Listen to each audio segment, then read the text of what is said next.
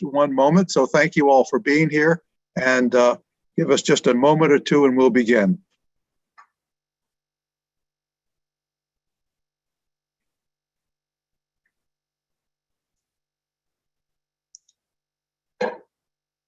Again, we're waiting for people to come on in and greeting people. It'd be nice if we could all be together. With COVID-19, we still can't use the event center like we want to, but we will hopefully soon be able to gather together and actually have a breakfast and not just be these virtual breakfasts. But we're very thankful for the system and for New York Law School's ability to allow us to continue doing these breakfasts in this format.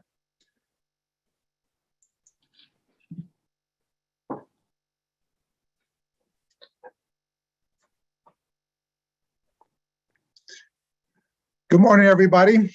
On behalf of New York Law School and Dean Anthony Crowell, I welcome you to the 177th CityLaw Breakfast, which began back in 1994. I am Ross Sandler, Professor of Law and the Director of the Center for New York City Law. Thank you for attending and for helping to make CityLaw Breakfast an important public forum. First, and most important, I want to thank our three generous and loyal founding sponsors of the CityLaw Breakfast series. They are Consolidated Edison, Verizon, and the law firm of Greenberg Traurig. We are so thankful that they have been continuing to support these breakfasts. I also want to thank the attendees who made a voluntary contribution when they signed up to attend the breakfast. That is so important too. The names of each of the contributors will be prominently listed in the email sent to everybody after this breakfast when we send out the link to the video. We are enormously grateful for the voluntary contributions. They help make CityLaw Breakfast possible.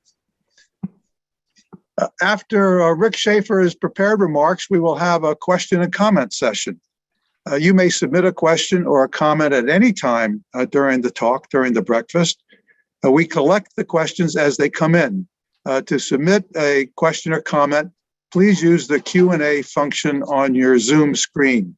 And please identify yourself with your first and last name and your organization. Following the questions and comments, we will be joined by Dean Anthony Crowell, who will have a short colloquy with Rick Schaefer. We at New York Law School are delighted to welcome Rick Schaefer to our CityLaw Breakfast series. Rick is an old friend. We were colleagues in the Koch administration now 35 years ago. Rick Schaefer was born in Brooklyn and graduated from Scarsdale High School. He graduated from Harvard and Harvard Law School and clerked for Judge Francis L. Van Dusen on the Third Circuit. Rick has devoted the bulk of his career to public service. He was a federal prosecutor in Manhattan and then joined the City Law Department, where he became chief of litigation. In 1989, Mayor Koch brought Rick to City Hall as his counsel, and that's where I first met and worked with Rick. For 17 years, Rick served as general counsel and senior vice chancellor of CUNY. He has also chaired the Legal Aid Society and now chairs the New York City Campaign Finance Board. Today, Rick will address one of the major hidden issues that has long affected elections in New York City: low voter turnout. There are, of course, many national voting rights issues today, but for us in New York City, our probably biggest issue is low turnout. It was a timely suggestion by Rick that we begin to address low voter turnout and to ask, how can we increase voter participation in New York City's elections? New York Law School is honored to welcome Rick Schaefer to the City Law Breakfast Forum. Rick, the floor is yours. Thank you, Ross, for that generous introduction. As you know, I have for many years attended these City Law Breakfasts as a member of the audience. It is a pleasure on this occasion for me to move up to the podium, even if it's virtual. Before I begin, I need to make a disclaimer. Obviously, I am chair of the New York City Campaign Finance Board and will discuss some of its work and policy recommendations this morning. However, the two proposals with which I will end my talk are my own alone and do not represent the policy or position of the CFB. In making them today, my intent is to start a conversation about them, and I hope that the CFB and all of you will give them consideration. So let me begin by defining the problem briefly.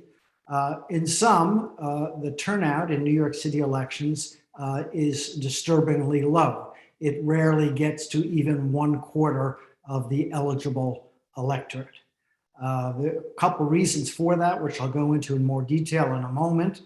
First, pursuant to the New York State Constitution, municipal elections, including but not limited to New York City, are conducted in odd-numbered years following the federal presidential elections. I'll refer to these occasionally as off-cycle elections. In addition, as the Democratic Party has become so dominant in the city, election results are often decided in the Democratic primary, and races in the general election are often uncompetitive. The result of this is that turnout in New York City elections is substantially lower than in presidential contests and usually materially lower than in state gubernatorial elections. It should be obvious without any detailed exposition of political theory that this is a problem. Extremely low voter turnout poses a real challenge to the democratic legitimacy of our local government. Conversely, higher turnout would mean greater democratic participation. Moreover, the problem is compounded by the uneven nature of the turnout, with some groups achieving disproportionate overrepresentation and others suffering from disproportionate underrepresentation. Like most of our social and political problems, this one has a history. During the second half of the 19th century, New York City moved from on-cycle elections moved between on-cycle elections and off-cycle elections a total of 4 times. The first 3 changes were made by the legislature, which then controlled the New York City Charter. In 1849, the Whigs pushed for on-cycle elections with the hopes of raising turnout and gaining electoral victories.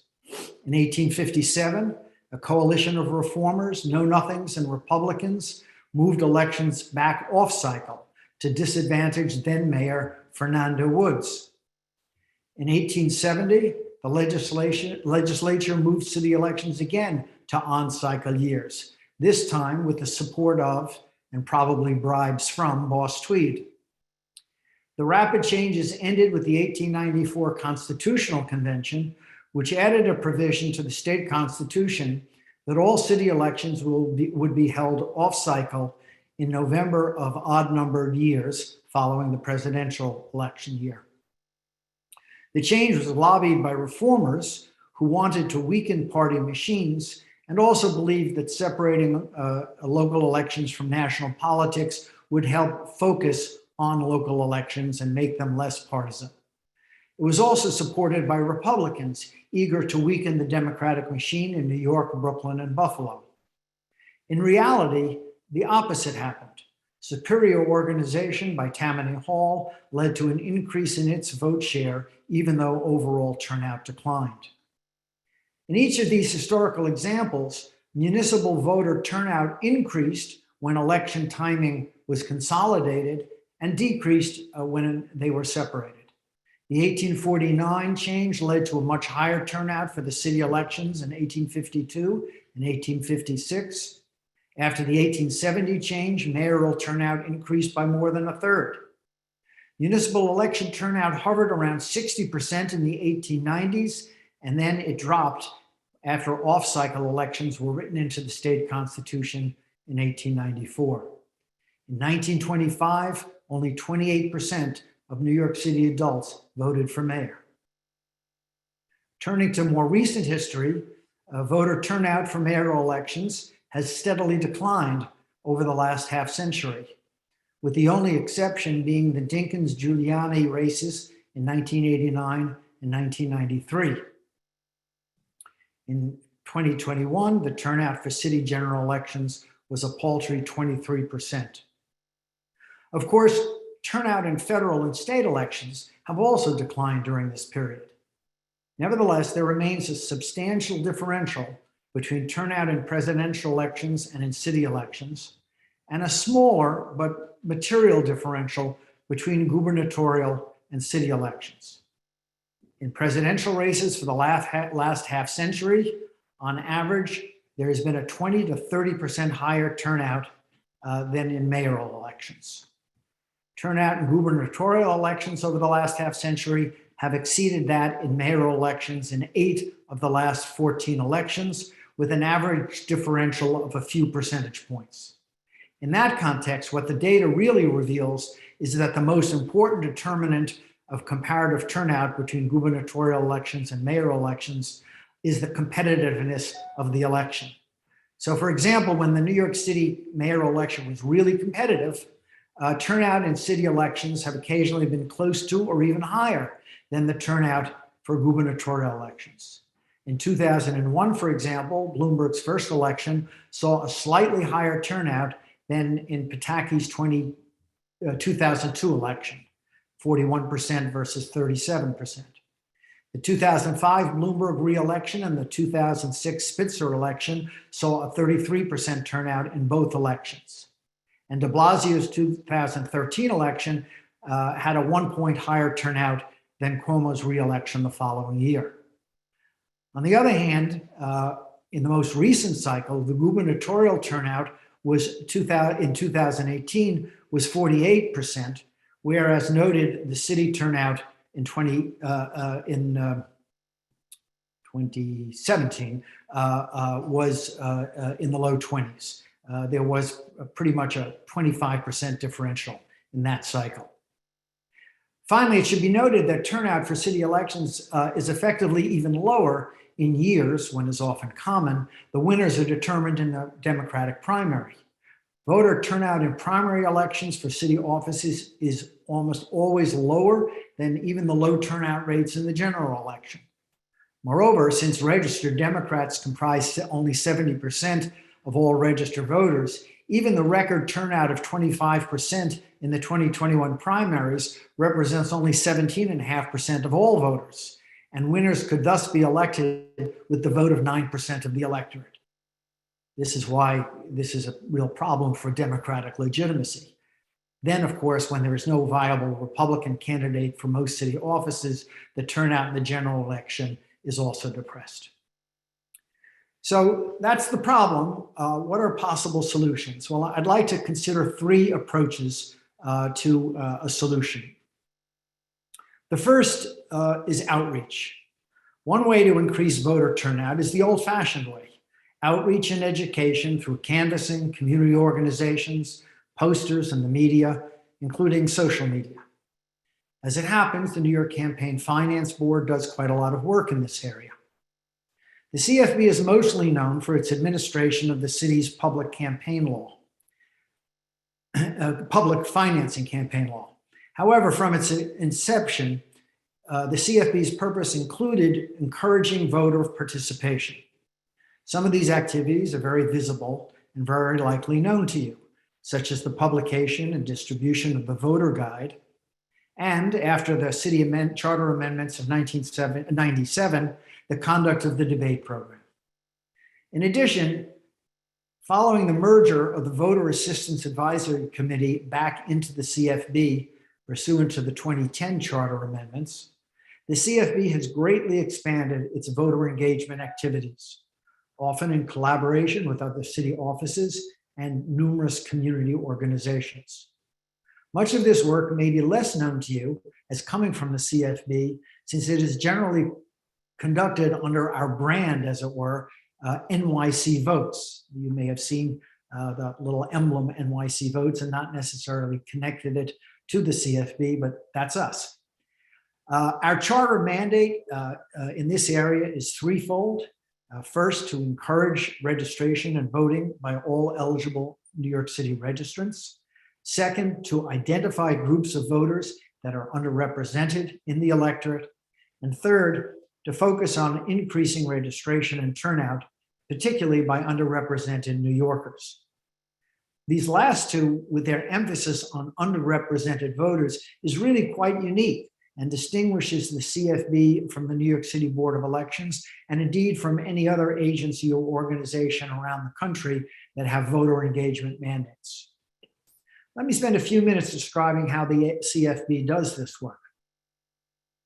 Its first task, of course, is to identify underrepresented voters.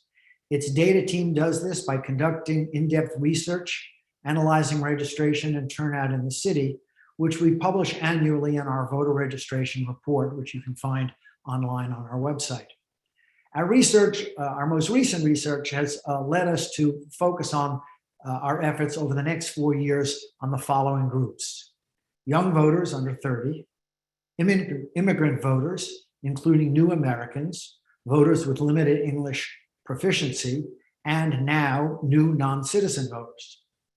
Also voters with disabilities and returning citizens who have felony convictions. The next task is to do the research into what the barriers are to participating in local elections. And what we hear most often is that voters lack information. They lack information about what offices are on the ballot, which candidates are running, and how local elections make a difference in their everyday lives. This, of course, intersects with other barriers, such as lack of translation and language support for people with limited English proficiency, as well as inaccessible voter information and voting options for those with disabilities. Finally, we seek to address these barriers by informing the broadest possible audience, engaging more deeply with underrepresented voters. What are the tools we use to do this?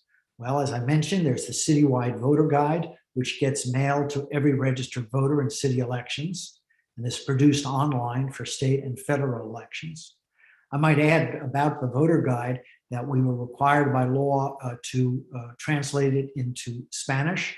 We are now required and will be translating it into a total of 12 foreign languages in the next cycle. Our other tools to engage underrepresented voters include citywide debate programs, which all candidates running for mayor, controller, or public advocate are required to participate in if they receive public funds, a major advertising campaign in advance of each election, and digital tools such as our website, .voting.nyc, email and text messages, alerts, and social media. Also, with specific reference to underrepresented voters, we conduct training programs, workshops, and community presentations throughout the year, often to community groups that have deep ties to their particular communities. We develop programming such as the NYC Votes Youth Ambassador Program, where we select cohorts of 14 students and train them on civic engagement and participation. And we conduct get out the vote activities such as text banking. In the last year, we sent out over 1 million texts. These efforts are necessary and worthwhile. Indeed, they likely contributed to the relatively high turnout in the 2021 city elections. However, a turnout of 25% in the primaries and 23% in the general election is not one that we should be satisfied with. It is no criticism of the good work of the CFB staff to acknowledge that the problem of low voter turnout cannot be solved by voter outreach alone. So let me turn to sort of the second approach to the problem of low voter turnout: reform of laws regulating registration and voting. So another way to increase voter turnout is to change the laws that have traditionally made registering and voting in New York needlessly difficult. And I think, as most of you know, New York, despite its reputation as a liberal state, was really at the bottom of the barrel in this regard for many decades. However, in the last few years, much has been accomplished through state legislation in this regard. With respect to registration, the following changes have been made since 2019. Automatic voter registration. When implemented, AVR will provide qualified citizens the opportunity to automatically register to vote or update their existing registration when they interact with a range of governmental agencies and entities. Party enrollment deadline. Under prior law, New Yorkers had to enroll in a political party months before a primary election. Now, the enrollment deadline is February 14th, 4 months before state and federal primaries and 2 months before the presidential primary. Online voter registration. Previously, New Yorkers could register or update their registration online through the DMV portal only, but only if they have a driver's license. Under the new law, they will be eligible to register to vote through the state BOE website, regardless of whether they have a driver's license. Registration portability. Under prior law, when New Yorkers moved to a different county, they had to re-register in order to vote at their new address. Now the BOE automatically updates the registration of voters who move within New York State and fill out a change of address form with the United States Postal Service. And by the way, even if they don't, they can vote by affidavit ballot at their new place if it's within New York State. And finally, pre-registration of 16 and 17-year-olds. Previously, persons had to wait until they turned 18 to register to vote. Now, persons who are 16 or older can pre-register, and the BOE will automatically register those persons once they turn 18. Turning from registration to voting, significant reforms have also been made. Early voting. New York has created a 9-day early voting period from the second Saturday before the election through the Sunday immediately preceding the election. Primary election calendar. New York has consolidated the state and congressional primary elections in June. They used to be in June and September. Improvements to the absentee ballot process. There were several changes made in this area. First, the law now limits challenges that would invalidate ballots, mostly absentee ballots, on technical grounds by requiring that votes of qualified voters must count as long as they, quote, substantially comply, end quote, with the law. Second, the new law provides voters with an opportunity to cure defects that would otherwise invalidate absentee ballots. Third, new law allows voters to apply earlier for absentee ballots. In addition, of course, during the pandemic, the law allowed voters to make electronic applications for absentee ballots and to vote by absentee ballots regardless of the reason. You didn't have to be sick or out of state. Everybody could vote by mail during the pandemic. Further improvements in some of these areas need to be made. I won't go over all of them in detail. I'll just refer you to the CFB's voter analysis report of 2020-2021, issued last April, for its recommendations for such improvements. And in addition, the legislature should pass and the governor should sign the New York Voting Rights Act, which is sort of a state equivalent to the original Federal Voting Rights Act. Regrettably, two constitutional amendments that would have made registration and voting easier were defeated in the 2021 referendum, although they are likely to be renewed in the future and hopefully will be passed. One would have made no excuse absentee voting permanent. That is, it would have permitted universal voting by mail. The other would have repealed the provision prohibiting registration less than 10 days before the election, thereby making possible same-day registration. Both of these provisions already exist in a number of states around the country. And by the way, not all of them are blue states. And they have increased participation without producing any increase in fraud. Now, all of these reforms are worth pursuing inasmuch as making registration and voting easier is a positive good. However, although the studies that have been done with respect to these various reforms are not conclusive, with two exceptions, they do not appear to produce significant increases in turnout. The notable exceptions are universal voting by mail, which is estimated to generate a 2% increase in turnout, and same-day registration, which is estimated to generate a 6% increase in turnout. So those two constitutional amendments really need to be passed. They would have a real meaningful impact. But let me now turn to two structural reforms that I believe, two structural reforms concerning how, when, and how we conduct our elections that I believe have the potential to make a much larger difference.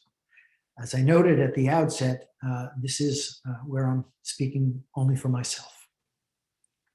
So one of the proposals for structural reform would be on-cycle elections. As I noted at the outset, one of the principal causes of lower voter turnout in city elections is that they are conducted off-cycle, that is, in odd-numbered years. There is a simple solution. Let's move them back to even-numbered years. The greatest impact, of course, would be achieved in conducting them in presidential election years. However, even a shift to gubernatorial election years would effect a material increase in voter turnout for city offices. Of course, this would require a state constitutional amendment, which may seem unlikely. However, before considering the political obstacles, let me address what I think are likely to be the main substantive objections to this proposal. It may be argued that off-cycle city elections enable the electorate to focus on local issues and candidates without the distraction of state or federal races. That was certainly the theory upon which good government groups supported the shift to off-cycle municipal elections at the end of the 19th century. However, it seems equally likely that combining city elections with federal or state elections would actually increase focus on city issues and candidates as voters engage in the election process generally. By that, what I mean is when people are focused on elections, whether it's state or federal, it gets them thinking about their government. And when city elections are all by themselves, they may not be focusing at all.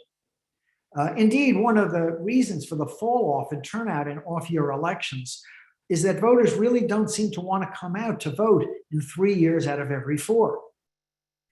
In any event, there are about a dozen states that hold gubernatorial elections in the same cycle as presidential elections. Of course, New York isn't one of them. And with respect to those dozen states, there is no evidence that voters are unable to focus on both federal and state issues and candidates at the same time. What the evidence does show is that turnout is greater than in those states, the majority, that conduct gubernatorial elections in even-numbered years between presidential elections, or in the 5 states that, like New York City, conduct gubernatorial elections in odd-numbered years. So turnout definitely increases, and there's really no evidence that focus on local issue decreases. It may also be argued that holding city elections in even-numbered years will make the ballot too long and complex, thereby confusing voters or causing a fall-off in voting for city offices, which presumably would be placed toward the end of the ballot. That argument, I submit, is wrong for 2 reasons. First, there is good reason to think that voters are considerably more capable and interested than they are sometimes credited with, and that with proper outreach and education, they can navigate new systems of voting. That was certainly the case here in New York City recently, where the results from the implementation of ranked choice voting showed little voter confusion, no fall off in voting participation, indeed an increase, and no racial disparities. Surely a ballot that is longer by at most 5 offices, namely the 3 citywide offices, borough president, and city council member, such a ballot is less complex than ranked choice voting. In addition, studies have shown that there tends to be only minimal fall off in voting for down ballot offices, and that even when there is some fall off, it is much less than the fall off in turnout caused by off-cycle elections. By the way, in terms of how you deal with it, we already now are going to have the complication, assuming the courts don't strike it down, of voting by non-citizen voters, which may very well require the production by the Board of Elections of 2 ballots in years where there are both state and city elections. As you'll recall, city elections are off year, but there are state offices, mainly judges and DAs, who run in those off-year cycles. And since the new non-citizen voters can vote only in the city elections, there may have to be a separate ballot already for city elections versus elections for state offices in those years. And so it would not be much of, it would be no difference at all if there were to be city elections in even numbered years to simply have a separate city ballot and state ballot, which you then feed into the machine. Turning from the substantive objections to the political obstacles, it is certainly true that enacting a constitutional amendment it can be a heavy lift, but it happens with some regularity. However, this is especially a problem in the area of election changes, as politicians naturally tend to favor the system by which they were elected. Indeed, both the history detailed above and the current political realities strongly suggest that politicians are less interested in expanding the electorate than they are in appealing to their own base, especially in primaries. Cutting in the other direction is the fact that if city elections were moved to coincide with gubernatorial elections, sitting city officials would gain an extra year in office. In any event, we don't know how hard it would be to make this change until we try. And I submit it is surely worth the effort. The second major structural form that I'd like to address is that of open primaries. So as already mentioned, besides off-cycle elections, the other major obstacle to greater voter turnout is the system of closed primary elections. Given the fact that 70% of registered voters in New York are Democrats, the result of most municipal elections is determined in the Democratic primary, from which 1,080,000 independents and 566,000 Republicans are excluded. Moreover, given the dominance of the Democratic Party in New York City, with few notable exceptions, the general elections are not competitive, thereby further depressing turnout. Of course, one way to increase competitiveness generally is to provide public funding to candidates, which we do in New York City, that is. However, despite the benefits of such funding in increasing the numbers and diversity of candidates, it does not seem to have affected turnout materially. A more direct solution to the problem of uncompetitive general elections in the city would be open primaries. A proposal to create an open primary was placed on the ballot by the New York City Charter Revision Commission in 2003. Under that system, candidates of all parties would run in a single primary with their party affiliation noted on the ballot. The top two vote getters in the primary would then appear on the ballot in the general election. That proposal was rejected by city voters in 2003 in what was a low turnout off-year election. Since then, however, essentially the same system has been adopted and implemented in the state of California, and by all accounts, it has worked well.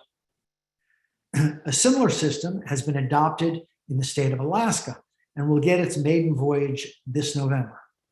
Under that system, which is a little bit different from what was proposed in New York and what exists in California under the Alaska system, the top four vote getters in the primary appear on the ballot in the general election, and then the general election is conducted using ranked choice voting. This may be the system that saves Lisa Murkowski and gets her reelected in Alaska. Open primaries have been opposed on the grounds that political party labels are useful and party activity lies at the core of politics. I believe that criticism misses the mark. In an open primary, as conceived by the 2003 Charter Revision proposal and as conducted in California, candidates run with party labels and political parties get to organize and support candidates as usual. The state of California has had that system for a number of years now, and it has not diminished the role of parties in any noticeable way. What it does accomplish is to increase voter turnout and ensure that the general election is as competitive as it can be. Those opposed to open primaries often object to two other features. First, voters of all parties get to vote in the primary and thus have a say in who the final two candidates will be, even though those candidates may be of a different party from many of the voters. For example, in New York City, where the final two candidates will often be two Democrats, independents and Republicans will get to participate in the selection of the two Democratic finalists. To me, this seems entirely reasonable. The purpose of an electoral system is not to further the interests of political parties or to privilege the votes of their members, but to establish the best way to determine the will of the majority of the voters. The current primary system fails to do this. An open primary would be a significant improvement. Second, open primaries, the second feature that's often pointed to by those who object, open primaries do not guarantee that candidates of all parties will appear on the ballot in the general election. The candidates in that election will be the top two vote getters in the open primary, or in the case of Alaska, the top four. But in any case, in New York City, it would be the top two, and they'll often be Democrats. Again, this is as it should be. There is no reason why each political party should be guaranteed ballot access in the general election if they cannot garner enough support to finish within the top two places in an open primary, especially whereas in New York City, the result is usually an uncompetitive election that produces low voter interest and turnout. There is, moreover, an alternative approach that has the advantage of keeping candidates of all eligible parties in the running right up to the general election, but that also ensures that the general election will be competitive and interesting right up to the end. And let's abolish the primary system altogether. Now that we have ranked choice voting in New York City, there really is no reason to limit the field in the general election to two candidates. Candidates from all parties, as well as independents who qualify for the ballot, could compete throughout the election cycle, while the system of ranked choice voting ensures that the winner has the support of the majority of voters. This would have the additional benefit of saving the city the cost of conducting primary elections. It might be objected that the large number of candidates would confuse the voters. However, there were already a large number of candidates in the Democratic primary this last June, and the election went off smoothly and produced the most diverse array of elected officials in the city's history. Would it really have made much of a difference if a couple of Republicans or third-party candidates had been added to the mix? Moreover, unlike the calendar for city elections, the establishment of an open general election without a primary does not require either a state constitutional amendment or indeed any action by the state legislature. Like an open primary, it is within the home rule power of the city council or of a charter revision commission. In sum, if we are serious about increasing voter turnout and the competitiveness of New York City elections, we should continue our efforts to reach out to underrepresented voters and complete the agenda of legislation and constitutional amendments to make registration and voting easier. But in my view, we should also move city elections to even-numbered years and either establish an open primary election or, in the alternative, abolish primary elections, leaving it to the system of ranked choice voting produce winning candidates and majority support in a wide open general election. Thank you very much, and I look forward to hearing your questions and comments. Well, thank you so much. And that was a very full and complete discussion. We're going to have questions and comments in a few minutes, and they'll be collected by Brian Kasuba, our Associate Director of the Center for New York City Law. But before that, I want to thank him and Lillian Valle Santiago and the staff of the center and of the law school for their terrific work in putting together these breakfasts and Zoom virtual breakfasts. I didn't see whether there was any questions or comments. Were there, Brian? Yes, we have a couple coming in, and please, anyone who wants to submit questions, please use the Q&A to do so, and we will try to get to as many as we can. And if possible, please state your name, affiliation, so we know, where you're from. Thank you. With that, we'll start with our first question. The question is, has race been considered in the studies of these voting behavioral trends? What would the impact of having all the elected representatives in the state changing at the same time as a result of the contest being on the ballot at the same time? Some of these studies have taken that into account, others have not. And I'd have to really go back and kind of do a little further research on it. I know that California is probably the most recent example of moving from off-cycle to on-cycle elections in municipalities, and the studies there do not show a racial impact. By the way, California is a really interesting example because it's a model for what we could do here. As I mentioned, we have a constitutional provision in New York that requires all municipal elections, not just New York City, all municipal elections to be in odd-numbered years following the presidential cycle. And what I would propose as the way to address this issue, because I really believe in local autonomy, is that provision simply be abolished or abrogated in the Constitution, with the timing of local elections left to each municipality to determine, which is what California did. In other words, New York City might choose to go onto on-cycle elections, but Buffalo, or Nyack might choose not to, and that would be fine. What California did is really interesting, though. They gave every municipality the right to choose its own election cycle, but if voter turnout was below a certain threshold, I think it was 25%, in 4 straight elections, then that municipality was required to go on cycle. It's a really interesting model. But the best I can say is that my best recollections, I see here, is that some of the studies did look at racial impact, and there was no differential. Great.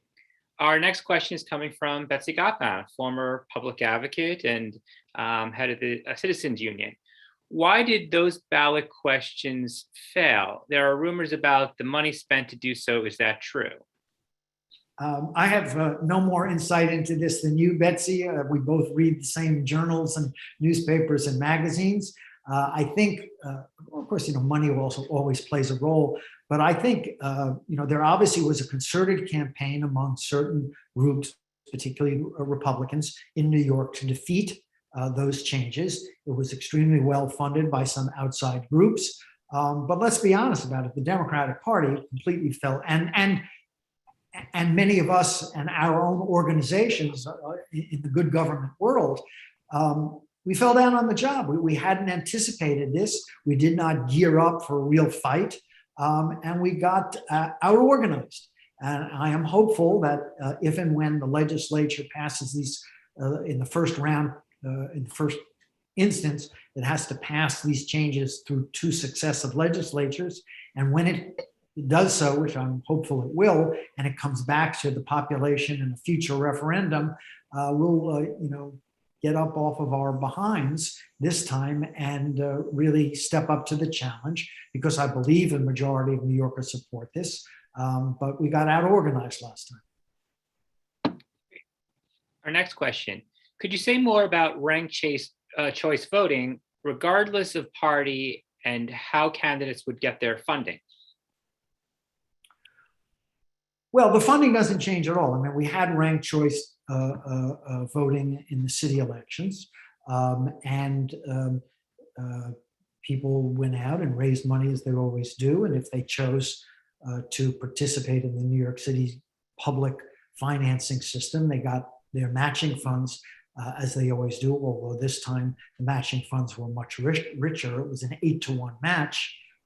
Ross and I can remember the days when this was first passed at the end of the Koch administration, when it was a 1-to-1 match, but it's now 8-to-1. And the ranked choice voting doesn't change that at all. Next question is from Jeremy Figelsson. It's been widely suggested that the City Board of Elections is in need of serious reform. What reforms do you think are in order, and what do you see as the prospects for reform? Well, so there are 2 levels of reform. To me, the most meaningful level, I'm afraid, requires a constitutional amendment, because the structure of the State Board of Elections, from which the City Board of Elections kind of is a derivative, requires this, what they call bipartisan structure, which guarantees and places the selection partly by text and partly by tradition the selection of commissioners entirely in the hands of the political parties. This, of course, leads to a stalemate. You have an even number of Democrats and Republicans. It leads to a highly politicized body. And although it's not actually required by the Constitution, it is required by statute, you wind up with a highly politicized staff as well. And so to me, the first thing to do is to change the state constitution in that regard. It is a tougher question to figure out what it should be changed to. Different states around the country have different systems. The majority have an elected Secretary of State who is in charge of the election mechanism with a professional staff agency under his or her auspices. And we've seen that work in many cases, and we've seen it not work in some cases. But on balance, I think that's probably the best way to go. Within the existing constitutional framework, there still are some reforms, and there are some bills before the state legislature that would do some good. Certainly, the staffing at the New York City Board of Elections, by creating a requirement of kind of bipartisan staffing, it's not really required in every instance, and when it is required, it's often required by statute, and so that could be changed. Obviously, it needs to be professionalized. You want to have minimal qualifications for the executive director, which don't currently exist.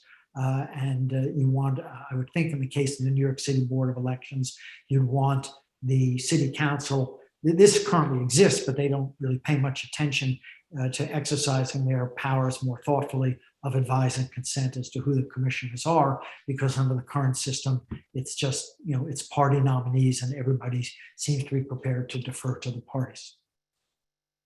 Great. Our next question is coming from Jerry. He asks, have you thought about changing the primary and general election days to weekends? For example, having them on Saturday and Sunday? I'm personally in favor of doing that. Of course, the alternative is to make Election Day a holiday. That, of course, only refers to the general election. With early voting, I'm not sure it matters anymore because increasing numbers of people do engage in early votings as well as mail-in ballots. And so the primary election day being on a Tuesday may not be as significant. But sure, I mean, I certainly have no problem in having the polls open for the primary, the main date being a weekend. I just don't think it would make that much of a difference now that we have early voting. Next question is from Mark Rivlin. To what extent does dysfunction at the Board of Elections contribute? Is it a greater hindrance to turnout than the lack of same-day voter registration or voter by mail, and therefore where reform should be targeted? Well, I certainly agree that the City Board of Elections has not been a very functional or efficient agency, to put it mildly. And I certainly think that lots needs to be done to improve and reform it. I don't know of any data as to its effect on turnout. That is, it tends to make, at least those of us who follow this closely, and frankly, I'm not sure how many of us there are, somewhat cynical about the City Board of Elections, and makes us tear what little hair we have left. But I tend to doubt that it actually is a major cause of low voter turnout, which really has existed for a very long time in the city, irrespective of whatever problems and flaws we're perceiving in the New York City Board of Elections. Next question, how do you classify what is an underrepresented voter? I'm looking for the factors, the pre-step prior to identifying them. Well, I mean, you look at the staff of the CFB can answer this better than I do, because this is a level of detail that I'm not completely familiar with. But what I'm assuming they do is they pour over in great detail the voting records from each election, looking at breakdowns that are geographic. I don't think we actually have racial and ethnic breakdowns, but census tracts and districts often are zip codes and census tracts, I guess, are the main ones, are often a pretty good stand-in for determining race as well.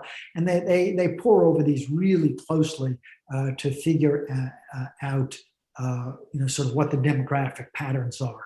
And so you're able to see geographically, you're able to see in terms of age, you're able to see by who requests non-English ballots, and so on. You're able to achieve a pretty sophisticated analysis of where the underrepresentation exists. Our next question is from Larry and Angelo, and I think you might have brought this up in your presentation. If you want to increase voting among youth, why not register high school seniors who will be 18 by the next election in their high schools? Yeah, well, we are beginning. Well, the law now permits it. Whether it's occurring in the high schools is not something I'm familiar with. It certainly could be done, and I think that's a great idea. I know during the many years that I was at CUNY, there were enormous efforts at the City University to register its students, and I'm sure through NIPERG and other good government groups, the same is true at private universities and other universities around New York State as well. Doing it in high school seems to me a great idea. It leads into the larger question of whether we ought to be reintroducing civics education in our high school, which has disappeared and I think has had very bad results. And I think it would be great to reintroduce civic education and also have a big push for voting registration and voting education within the high schools. I think that's a great idea. If I may interject my own question, you mentioned pre-registration at the age of 16 that would go into effect 18. Is there any thought about actually allowing either 16 or 17-year-olds to vote and lower the voting age? So they're voting while in high school and where they may be more attuned to what's going on. I've heard some talk about that. I think some people favor it, some people don't. It's certainly an issue that's out there, but my sense is politically it's not going anywhere. Next question is from Esther Fuchs. She says, "Thank you, Rick. Wonderful presentation. I think your structural changes will increase the competitiveness of elections. Do you have any more suggestions for the turnout problems?"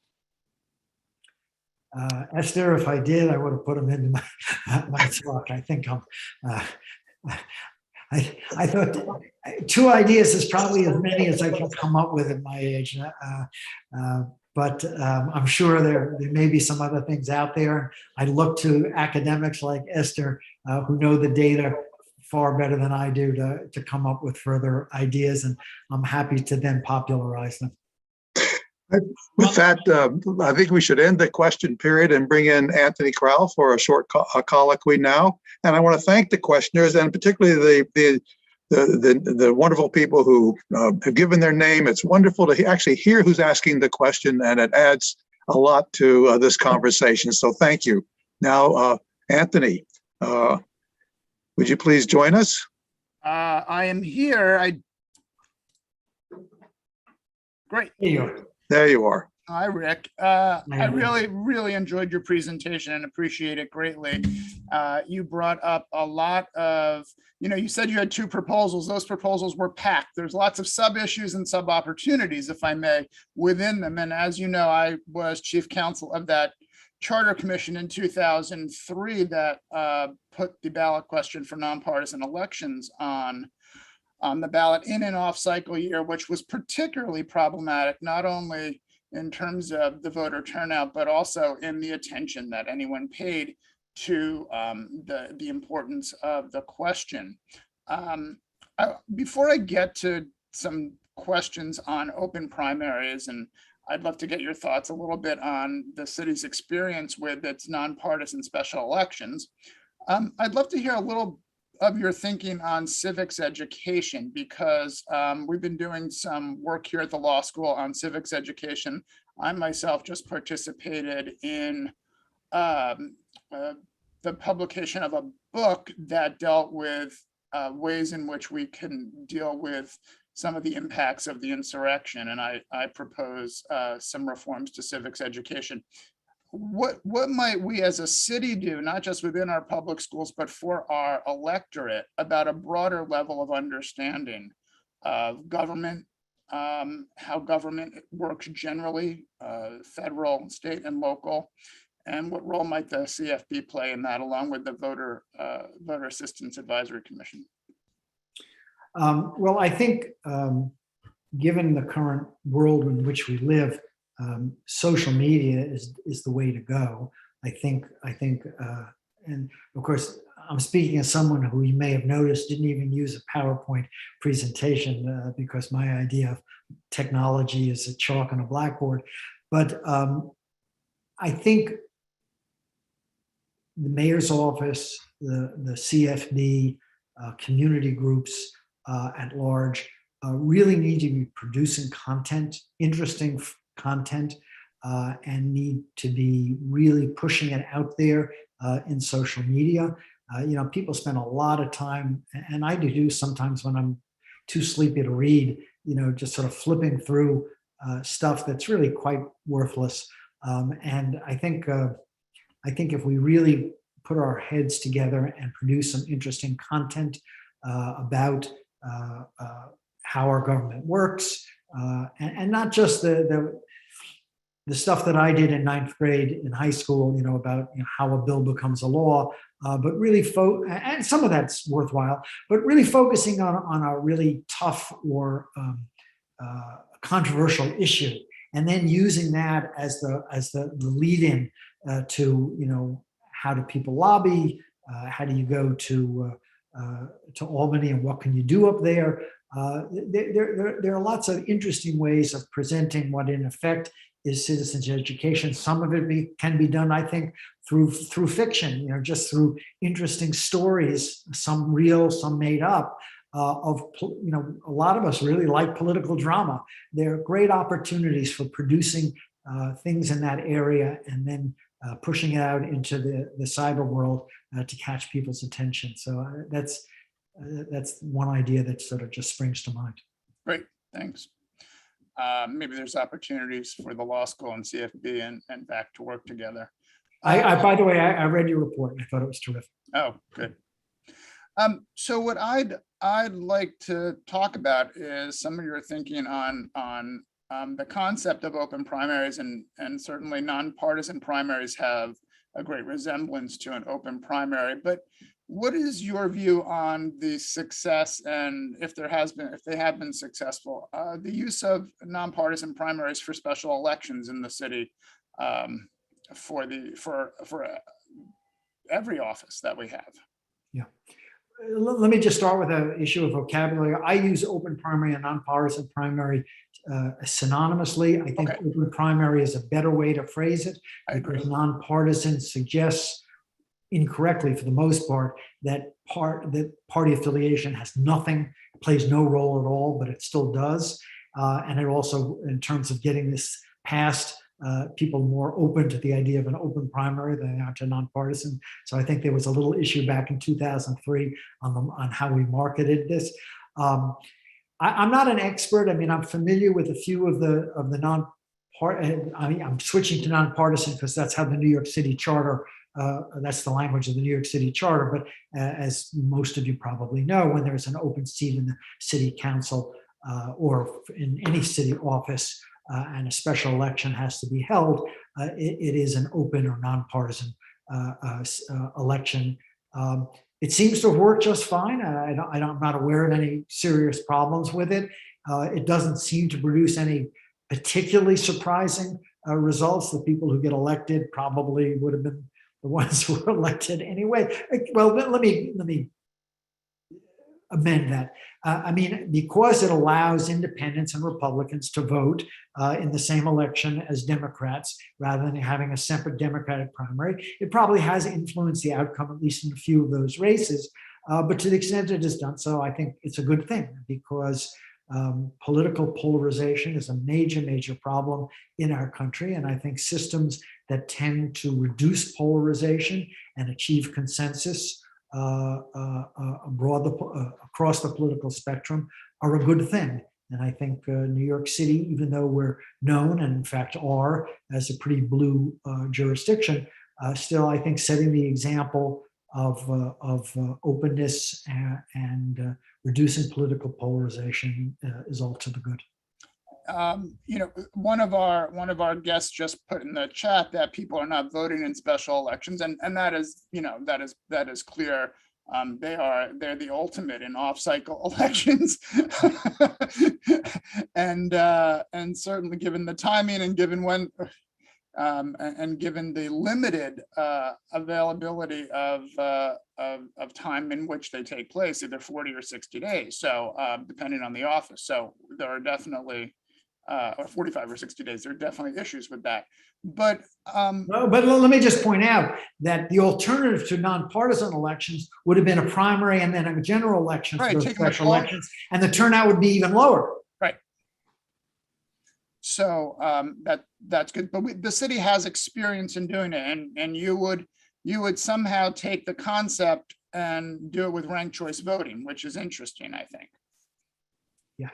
What's the political mechanism, not just the governmental and obviously the mechanics of putting it into law, but how would you deal with the parties who would have very strong interests in seeing the system as it stands, or at least elements of the system as it stands, stay in place? Well, it's hard. I mean, the Democratic Party has a strong interest, and it's completely understandable, in preserving the system as it exists today, because to the extent that the winners are determined in Democratic primaries, those who are active in the party politics and the politicians who are elected by that system have an interest in sort of controlling who the electorate is. And so the result of that is that there is probably little appetite for this change within the city council, although given the change in the composition of the city council, maybe that has changed. But I think the most likely path is the one that you all followed in 2003. If a mayor is open to this, and Mayor Adams is a mayor who spans a lot of different political groups and has broad support from many different constituencies. It is conceivable that he would find this an interesting and acceptable change. Then, in that case, the path would be through a charter revision commission. Right, I agree with you. So let me throw in another issue on top of this: redistricting. What opportunities do we have with redistricting to captivate the city electorate and really inspire some more public participation? We have obviously America's racial reckoning that is on everyone's mind, regardless of the community we're in. And this is a real opportunity in New York City as a bellwether to think about ensuring that community representation and participation is paramount in these considerations. So what opportunities do you see ahead of us in the months ahead with redistricting? Well, I am far from an expert on this, and so I want to start with that caveat. But it does seem to me that one of the things that the new redistricting commission can do, and their members have just been appointed, is to sort of hold pre-hearings. In other words, don't wait until you have maps and then hold the final hearings to get community input, but to be out there during the time when you're still thinking about and drawing the maps and getting community input early and getting it widespread. I think that would help generate interest and support. I'm afraid that we're going to have to bring this colloquy and breakfast to a close. I want to thank Rick Schaefer for a really stimulating talk, and Anthony Crowell for good questions, and the audience for participating. I want to particularly thank Rick. Rick actually brought the topic to me and said maybe we should do something on this. And I hope this is the beginning of a long community discussion and some additional changes. I hope that we will, of course, put this entire program on our video so people can see it. And I think that hopefully we'll publish part of your talk and questions and answers as well in City Law. So thank you all for participating. and for Rick Schaefer this morning for starting a conversation which is really important for New York City. Thank you so much for attending. We'll see you at the next City Law Breakfast. Thank you, Bye-bye. Russ. Thank you all.